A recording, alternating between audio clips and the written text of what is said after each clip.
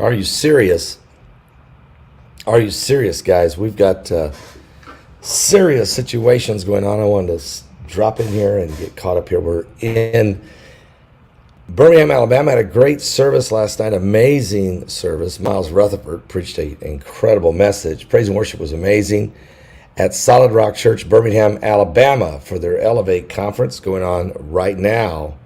And tonight, if you're anywhere close, if you got time, get in your car. If you're anywhere within 200-300 miles of Birmingham, you should drive into Birmingham and go to Solid Rock Church. Bishop Larry Ragland is the pastor. And tonight, Pastor Rod Parsley will be preaching, so it will be absolutely incredible. Don't know how it could be much better than last night, because I tell you, to be honest with you, Miles Rutherford brought down the house with an amazing word from the Lord. But it probably will be as equal, if not better, with Rod Parsley here tonight. So the Lord really blessing, praying that lives will continue to change in this amazing conference. And I'll be preaching on Sunday morning here, Sunday morning, October the 8th. So it's an exciting time we're having right now. Very exciting. Quick shout out for noblegoldinvestment.com. That's www.noblegoldinvestment.com. If you're concerned about where the future is of the finances for your own personal life, because the economy and the things that are going on are very, very volatile. Okay, very volatile. And so people are concerned. Now, a lot of folks who have checked in with Noble Gold, you can go over to www.pastorpaulgold.com. That's www.pastorpaulgold.com. And if you go there, you'll find that, or you pick up the phone and call them at 877-646-5347.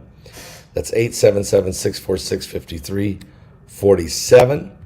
And find out about your 401k, your IRA, roll over into a gold or silver IRA. They're giving away 5 ounces for free of America the Beautiful silver coin, which is incredible. So, or just go to pastorpaulgold.com or go to noblegoldinvestment.com. The phone number to call is 877-646-5347. That's 877-646-5347. And tell them that Pastor Paul Begley sent you there, okay? All right. Everybody, we've had some major earthquakes, unbelievable series of earthquakes, an unbelievable series of earthquakes that have hit in Japan and even Taiwan. A 6.6 has hit this today, early this morning. Japan is reporting that it was a 6.6, and it rocked the island. Especially it's in the Izu Islands, series of earthquakes. Now, the U.S. Geological Survey is reporting it at 6.1 this morning, but it did create a tsunami. It created a tsunami that was between 3 and 4 foot high. Between 3 and 4. Excuse me, I'm wrong on that. I'm telling you feet. It was 3 or 4 meters high, so it was around 9 to 10 feet high. It's a pretty good sized tsunami, crashing all over the little islands out there in the Izu Islands from this earthquake. So significant. Matter of fact, but it's interesting that Japan is still saying this was a 6.6 earthquake, and the U.S. Geological Survey is still saying it was a 6.1. And the 6.6 earthquake makes more sense because it has created a 9 or 10 foot high tsunami. I mean, you would think that it probably was a 6.6. It was very shallow. Japan issued a tsunami advisory after this earthquake struck near the outlying islands there of the Izu Islands in Japan in the Pacific Ocean. It was a 6.6 earthquake, according to the Japanese. It occurred at just a little less than 10 kilometers deep, according to the Japan Meteorological Agency. The officials are saying that it could have been up to 3 feet high, but it looks like it was in some spots where it smashed. It was more like 9 or 10, but it would have been in between islands. Okay, so you had like a boomerang ricochet. The advisory was the second lowest of a 4-step stage, a warning system, and asked people on the island in the Azu chain, which stretches south from Tokyo region in the main island of Japan, to stay away from the coast and rivers. It's too dangerous because rip currents and tsunamis. The warning came as the Fukushima nuclear plant began its second charge of treated radioactive wastewater that has built up since the reactors were damaged in a tsunami triggered by that 9.1 mega quake back in 2011. I covered that extensively. You guys may remember that. It was 12 years ago. Can you believe that? The operators of the nuclear power plant said it began releasing a second batch of treated radioactive wastewater into the sea.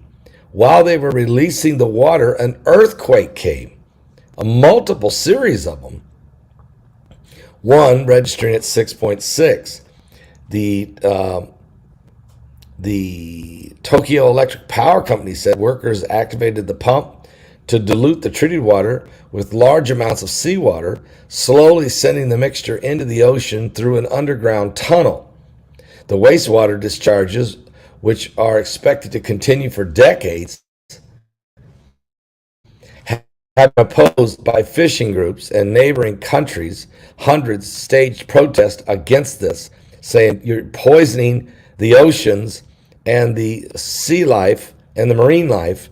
And so the Japanese seafood imports, Japanese seafood producers and exporters are complaining terribly. But the Tokyo Electric Power Company planned on releasing 8,000 tons of wastewater from 10 different storage tanks over the next 17 days. And while they were releasing this, we have an earthquake. All right, we have an earthquake. So, very interesting. What are the odds? I mean, here's the question I guess you have to ask is, what are the odds that while you're releasing this toxic radioactive water, that you'd be having an earthquake that would then be shaking things up and splashing this water and sending it in different directions with a small tsunami? I mean, is the odds, is that weird? Or is there something more nefarious here? And I'm sure that the conspiracy theorists are going to be jumping up and down saying this is how they're dispersing the water. They want to get it out of the immediate fishing area by rocking the earth a little bit and creating a tsunami that sends the water, roaring into a different direction. I mean, that is such a far-fetched conspiracy theory. Think about it when you're talking about weather modification. Do you really think that that's beyond the pale of possibility? I think we do have to look at that. Now, the Bible says there'll be signs in the sun, the moon, the stars, distress of nations with perplexity. The sea, the waves will be roaring, and men's hearts will fail them for fear, for looking after those things that are coming upon the earth, for the powers of heaven will be shaken. Okay? The powers of heaven are shaking. And then shall we see the Son of Man coming in a cloud with power and great glory. And when these things, he said, begin to come to pass, he told us to look up, to lift up our heads, for our redemption is certainly drawing nigh. And I think that in this world that we're living in, folks, we are seeing more and more and more potential apocalyptic events that cannot be denied. And yes, God is sending them, but man may be helping them along. Is that possible? Could we actually be seeing that type of mentality?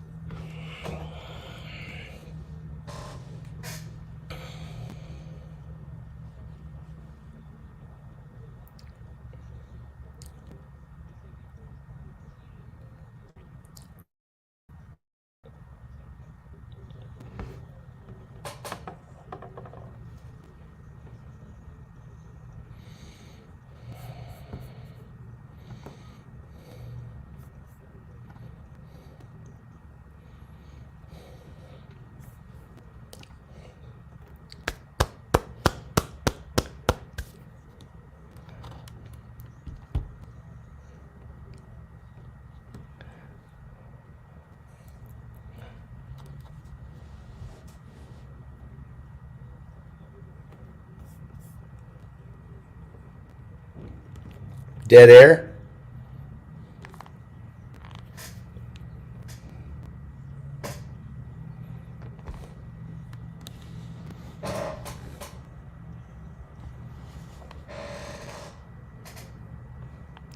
Dead air.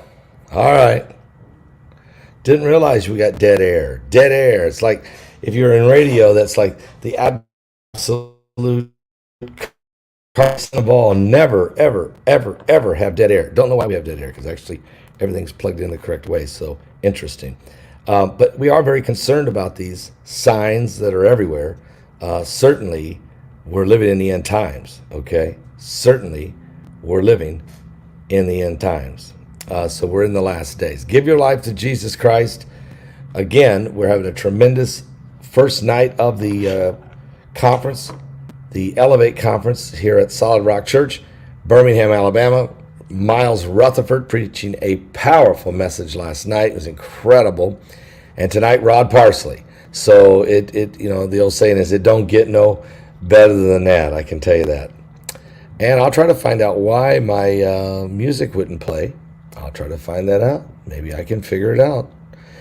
God bless you all. I'll be back. There's more going on. But again, let me just say this. These earthquakes, I'm going to give you just a little bit, one more little thing here. Besides this 6.1, you won't believe how many earthquakes in the last, about in the last 16 hours or so. It's incredible. There was a ton of 5.8, 5.7, 6.1, 5.9, 5.5, 5.5, 5.4, 5.5, 5.3, 5.2, 5.6, 5. Then we had those were all Japan. Those were all Japan.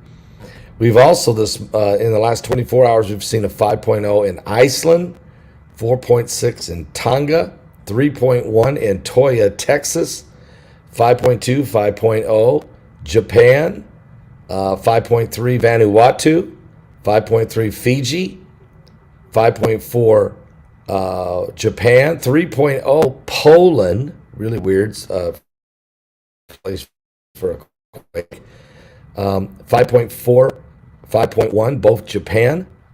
We had a 4.3 in Chile.